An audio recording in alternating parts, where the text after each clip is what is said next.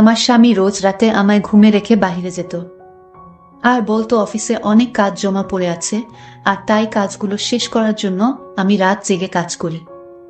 কিন্তু আমি তাকে সন্দেহ করতাম। একদিন একটা 12 বছরের মেয়েকে বাড়িতে নিয়ে আসলেন। আমি জিজ্ঞেস করলাম, এত অল্প বয়সী মেয়েটিকে কেন বাড়িতে নিয়ে আসলে? সে উত্তরে বলল, অফিসে অনেক কাজ জমা পড়ে আছে আর সেই কাজ রাতে দুজনে শেষ করতে হবে। সকালে ফাইল জমা দিতে হবে। আমি তার কথা শুনে অবাক হয়ে গেলাম। মেয়েটা ঘোমটা পরা ছিল। আমি ঠিক চিনতে পারিনি। একদিন আমি তারা রুমে কি করে তা জানার জন্য আমি বেকুল হয়ে গেছি। আর তাই আমি তাদের রহস্য জানার জন্য আমি তাদের রুমে সিসি ক্যামেরা লাগিয়ে দিই। তারপর সিসি ক্যামেরায় যা দেখলাম তা দেখে আমি অজ্ঞান হয়ে গেলাম। সেই ঘটনাটি আজ তোমাদের বলবো। স্বর্ণা আর শিমুল ভালোবেসে মা বাবার বিরুদ্ধে গিয়েই তারা বিয়ের বন্ধনে আবদ্ধ হয়। শিমুল বেশ ধনী পরিবারের সন্তান। অর্থ সম্পদের কমতি নেই। স্বর্ণা এক মধ্যবিত্ত ঘরের মেয়ে। 3 বছরের বিবাহ জীবনে তাদের 6 মাসের এক মেয়েও রয়েছে। মেয়ের নাম সীমা, তা শিমুল নিজেই রেখেছে। শিমুল প্রথম সন্তান না নিতে চাইলেও স্বর্ণার জোরেই সে মানতে রাজি হয়। আর এখন তো শিমুলের মা হয়ে উঠেছে ওই সীমা। প্রতিটা দিন তো বেশ ভালোই গেছে। তবে সামনে আসা দিনের কথা না কেউ জানে না জানতে চায়। 4 বছরের সংসারে শিমুল কোনো অভাব হতে দেয়নি। স্বর্ণা কিছু মুখ ফুটে বলার আগে তার প্রয়োজনীয় সব তার পথ তুলে রেখেছে। শিমুলকে ভালোবেসে স্বর্ণা তার মা বাবা ভাই সব হারিয়েছে। এতে তার কোনো দুঃখ নেই। তবে দুঃখ তো এটাই, যার জন্য সব ছাড়লো এখন সেই তাকে ছেড়ে অন্যের খাঁচায় বাসা বেঁধেছে। খাবার টেবিলে স্বর্ণা আর শিমুল বসে খাওয়ার নাটক করছে। কারণ স্বর্ণার মন আজ সকালে শিমুলের অফিসে তার কেবিনে যা দেখলো তা নিয়ে। আর শিমুলের মন ফোনে কারো সাথে মিষ্টি চ্যাটিং করায়। স্বর্ণা বেশ বুঝতে পারছে, শিমুলের মুখ দেখেই বোঝা যায়। সারাদিন স্বর্ণা এক ফোঁটা পানি মুখে তুলেনি। এখনো তুলতে ইচ্ছা করছে না। শিমুল। স্বর্ণা কিছু বলবে মোবাইলের নিকে তাকিয়ে। স্বর্ণা এত সুন্দর করে ডাকলো তবুও শিমুল আজ ওর দিকে তাকালো না। আগে ডাকার আগেই ওর পাশে আঠার মতো লেগে থাকতো। বেশ কয়েকদিন ধরেই শিমুল এমন করছে। প্রথম তো ভেবেছে কাজের টেনশনে হয়তো এমন দূরে থাকা। তবে ব্যাপারটা একদম অন্যরকম। কত ভালোবেসে শিমুল বলে ডাকে স্বর্ণা, আর সেই শিমুলই কিনা। স্বর্ণা সকালের ঘটনাটা বলেও বলতে পারছে না। লজ্জা আর ঘৃণা দুই তাকে গিলে খাচ্ছে। তবুও তার প্রাণের শিমুলকে ডেকে বলল, আজ তোমার অফিসে দিন কেমন গেল? ফোনটা সাইডে রেখে শিমুল স্বর্ণার দিকে তাকিয়ে রইল। হঠাৎ অফিস নিয়ে পড়লে যে? না, এমনি। ওহ হ্যাঁ, ভালোই গেছে। নতুন একটা প্রজেক্ট সাইন করেছি। বেশ মুনাফা হবে। আর পুরো টাকাটা সীমার নামে রাখবো। মেয়ে তো বড় হচ্ছে, 7 মাসের বুড়ি আমার। স্বর্ণা শুধু হুম বলে চুপ নিজের ভাতের দিকে তাকিয়ে আজ ভাতের দানা গুনার চেষ্টা করছে। স্বর্ণা, শুনো, কাল 2 দিনের জন্য শহরের বাইরে যাব, দেওপুর। সেখানেই নতুন প্রজেক্টটা দেখে আসতে হবে। তা তোমার ওইখান থেকে কিছু চাই? অবাক নয়নে স্বর্ণা শিমুলের দিকে তাকিয়ে রয়েছে। কেউ বলবে এই মানুষটার ভালো মানুষই ছাড়া ও জঘন্য আরেকটা রূপ আছে। ঘরে কি সুন্দর স্বামী, বাবা ছেলের দায়িত্ব তিনি খুব ভালোভাবে পালন করছে। আর ঘরের বাহিরে এক দুশ্চরিত্রা স্বামী, মিথ্যাবাদী ছেলে। সীমাকে কে খাইয়ে ঘুম পাড়িয়েছ তো? মায়ের সাথে আছে। কথাটা শেষও হয়নি। শিমুল রাগ দেখাচ্ছে। না না স্বর্ণা, একদম না। শুধু সুজি। সীমাকে নিয়ে কোনো হেলা নয়। বাড়তি অন্য কোনো খাবার সাথে দিবা না। বাহিরের কেনা খাবার মোটেই ভালো, মোটেই নয়। কি সুন্দর পিতা হওয়ার দায়িত্ব পালনে ব্যস্ত। স্বামী হিসাবে কেন এত দায়িত্ববান ন শিমুল? কথাটা স্বর্ণা তার মনের ভিতরেই গেঁথে রেখেছে। আজ ওর বাবার কথা বারবার মনে হচ্ছে। শিমুলকে আপন করতে গিয়ে যে সবাইকে পর করে দিলাম। স্বর্ণা কি করবে বুঝতেই পারছে না। দিন যেন তার কাটে না। যখনই শিমুল বাহিরে বের হয় ও শুধু মনে হয় শিমুল অন্য কারোর কাছেই গেছে। আজকাল স্বর্ণা কাছে ডেকেও শিমুলকে পায় না। তার যে কত কাজ। না পারছে কাউকে কথাটা বলতে, না পারছে শিমুলের এই অপব্যবহার সহ্য করতে। স্বর্ণা ভেবেছে শিমুলের এই বদ অভ্যাস ঠিক হবে। তবে তা যে ধীরে ধীরে ভয়ানক রূপ নিবে তা কে জানত। কিন্তু আমার স্বামী কার সাথে কোনো মেয়ের সাথে গল্প করে তার আমি রহস্যটা কিছুই জানি না। তবে যে কোনো মেয়ের সাথে সে প্রেম করে বেড়াচ্ছে। বাপের বাড়িতে যাওয়ার মুখ নেই। আর সীমাকে নিয়ে কোথায় যাবে? যাওয়ার কোনো জায়গা তো নেই। কি করবে এই ছোট্ট শিশুটিকে নিয়ে? কোনো পথে যাবে? সীমার এখন 1 বছর। জন্মদিনটা বেশ ধুমধাম করেই হবে। বেশ লোকজন সাজসজ্জায় বাড়ি হয়ে রয়। সীমাকে আজ পরীর মতো লাগছে। এই 5টা মাস স্বর্ণা যে কি মরণ যন্ত্রণা ভোগ করেছে তা কেউ জানে না। শিমুলের অবহেলা দিন দিন বেড়েই চলছে। মধ্যরাত অবধি তার কথোপকথন সব স্বর্ণার কানে আসত।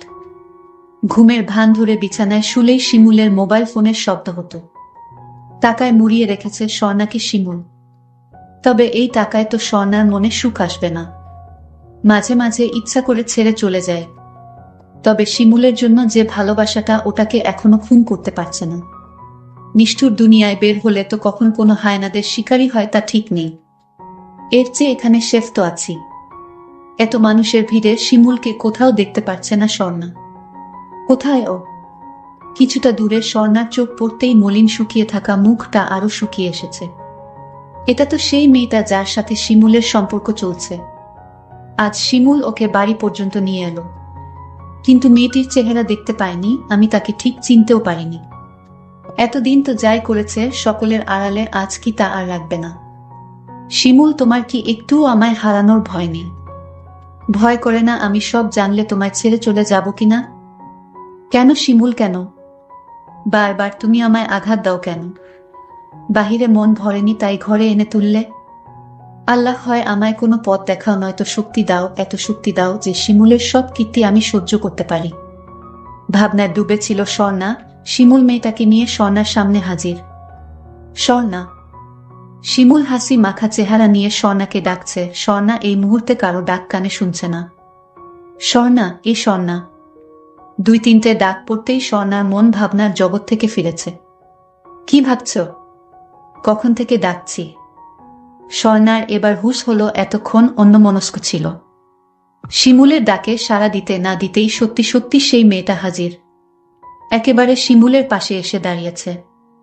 তবে শিমুল একটু ভদ্রতার সাথে ওর কাছ থেকে সরে এলো, যেন অচেনা কেউ হবে। Hello ma'am. স্বর্ণা অপলক ওই মেয়েটার দিকে তাকিয়ে ভাবছে, কি মায়াবতী মেয়েরে তুই! তোর কত রূপ! তোর মধ্যে এমন কি আছে যার জন্য আমার স্বামী আমার রইল না? এক মনে ভাবছে আর দেখছে। পরিচয় করিয়ে দিই, ও শান্তা, আমার PS। মাস 6 হলো কাজে জয়েন হয়েছে। স্বর্ণা কিছুটা মনকে শক্ত করেছে। পরিচয় করাচ্ছে PM, আর বাস্তবে তার প্রেমিকা। শিমুল কখনো তো কোনো স্টাফকে বাড়িতে আনতে দেখিনি। আজ হঠাৎ সামান্য কর্মচারীকে বাড়িতে এনে তুললে? স্বর্ণা কাটা বিধানও কথা বলেছে। এতে ওই শান্তা নামক আত্মা ডাইনি ভূতটা বেশ অপমান বোধ করছে।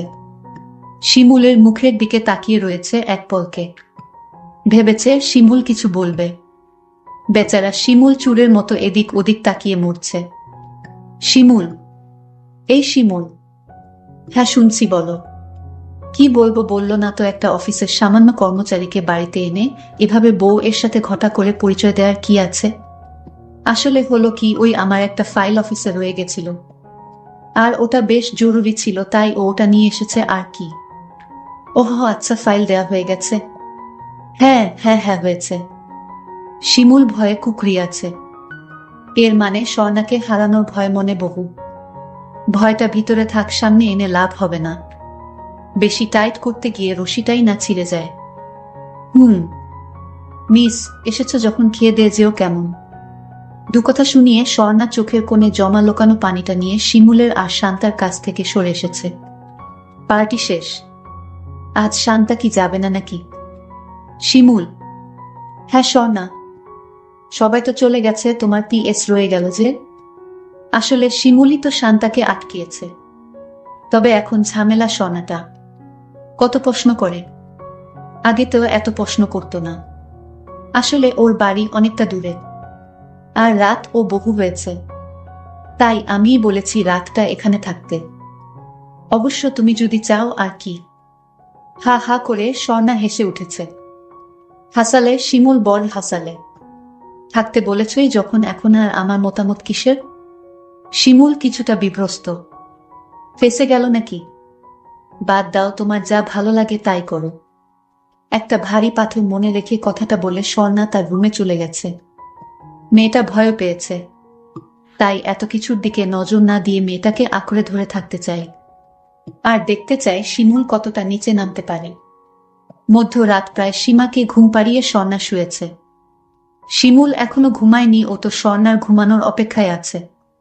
তবে স্বর্ণাকে জাগতে দেখে শিমুল বহু হতাশ। ঘুমাওনি তুমি? না, তুমি জেগে যে?